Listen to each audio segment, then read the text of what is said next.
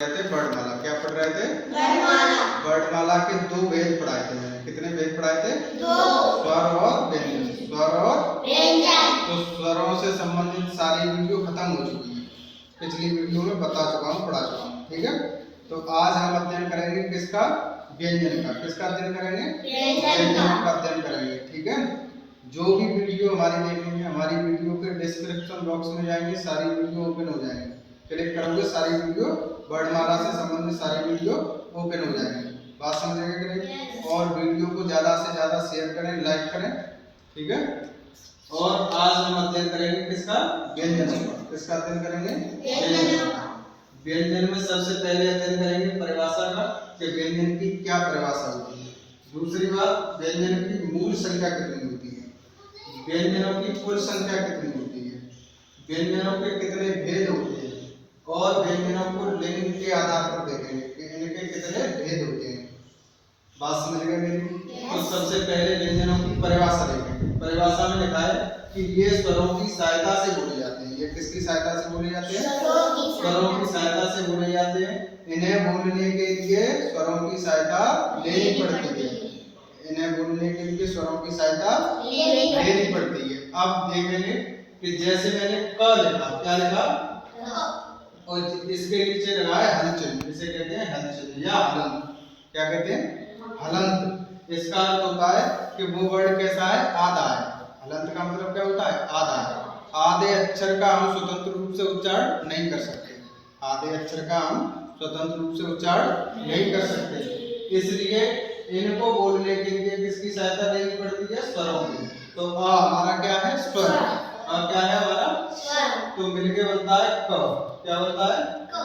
अब आपसे पूछे कि इसमें व्यंजन ये वाला व्यंजन है या ये वाला का व्यंजन है, तो आप बताएंगे कि ये वाला व्यंजन है। ये व्यंजन क्यों है? कि ये किसकी सहायता से बोला जा रहा है?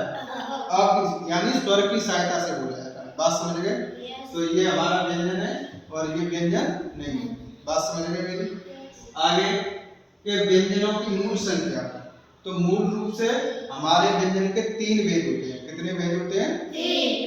एक होता है स्पर्श व्यंजन, दूसरा होता है अंतस्थ व्यंजन, तीसरा होता है ऊष्म व्यंजन। स्पर्श व्यंजनों की संख्या हमारी 25 होती है, अंतस्थ व्यंजनों की संख्या 4 होती है, ऊष्म व्यंजनों की संख्या कितनी होती है? 4।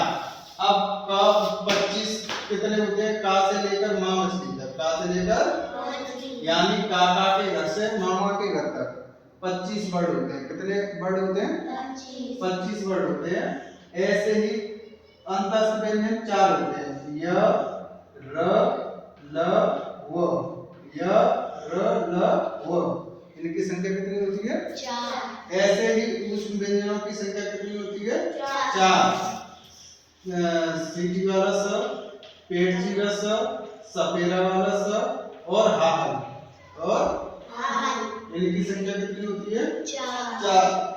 अब प्रश्न पूछा गया था मंडी परिषद की परीक्षा में कि मूल व्यंजनों में कौन कौन से व्यंजन शामिल होते हैं। तो मूल व्यंजनों में हमारे स्पर्श व्यंजन, अंतस्थ व्यंजन और ऊष्म व्यंजन शामिल होते हैं। बात समझ गए कि नहीं? मूल व्यंजन में कौन कौन से व्यंजन आते हैं? स्पर्श व्यंजन, अंतस्थ व्यंजन और ऊष्म व्यंजन। अब इनकी संख्या 25, 4, 4 टोटल कितने हो गए? 33। ऐसे ही कुल संख्या की बात करें, व्यंजनों की कुल संख्या कितनी होती है? तो 25 स्पर्श व्यंजन हो गए, 4 अंतस्थ व्यंजन हो गए, 3 ऊष्म व्यंजन हो गए। सॉरी, ऊष्म व्यंजन कितने हो गए? 4। संयुक्त व्यंजन कितने हो गए? 4। द्विगुणी व्यंजन कितने हो गए? 4। इनको सॉरी 2 कितने हो गए? 2। तो द्विगुणी व्यंजनों की संख्या 2। ड और ढ, जिनके नीचे क्या लगा होता है? नुक्ता लगा होता है। नुक्ता की खोज राजा शिवप्रसाद सितारे ने की थी। किसने की थी? राजा शिवप्रसाद सितारे। समझ गए मेरी बात? इसकी खोज किसने की? राजा शिवप्रसाद सितारे हिंद ने की। और ये ड और ढ के नीचे लगते हैं। ड और ढ के नीचे लगते हैं। इसी बिंदु को कहते हैं नुक्ता। ये अरबी फारसी की ध्वनि होती है। नुक्ता क्या होती है? अरबी फारसी की ध्वनि होती है। समझ गए मेरी बात? इस प्रकार कुल व्यंजनों की संख्या कितनी हो जाती है? 39। कितनी हो जाती है? अब कुछ किताबें 35 बता रही हैं, कुछ 41 बता रही हैं। बात समझ गए? तो वो कैसी हैं? सारी गलत बता रही हैं।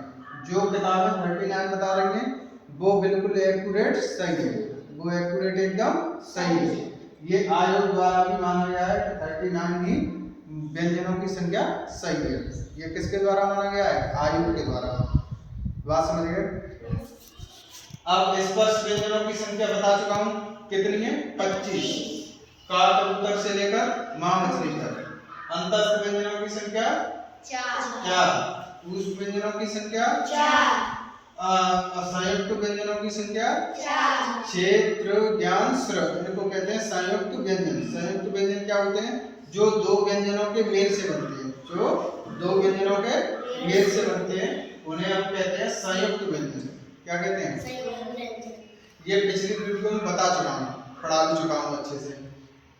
इनको आगे डिटेल में पढ़ाएंगे। आगे की वीडियो में कैसे पढ़ाएंगे? स्पर्श व्यंजनों को, अंतस्थ व्यंजन, ऊष्म व्यंजन सबको कैसे पढ़ाएंगे? डिटेल में पढ़ाएंगे। बात समझ गए मेरी?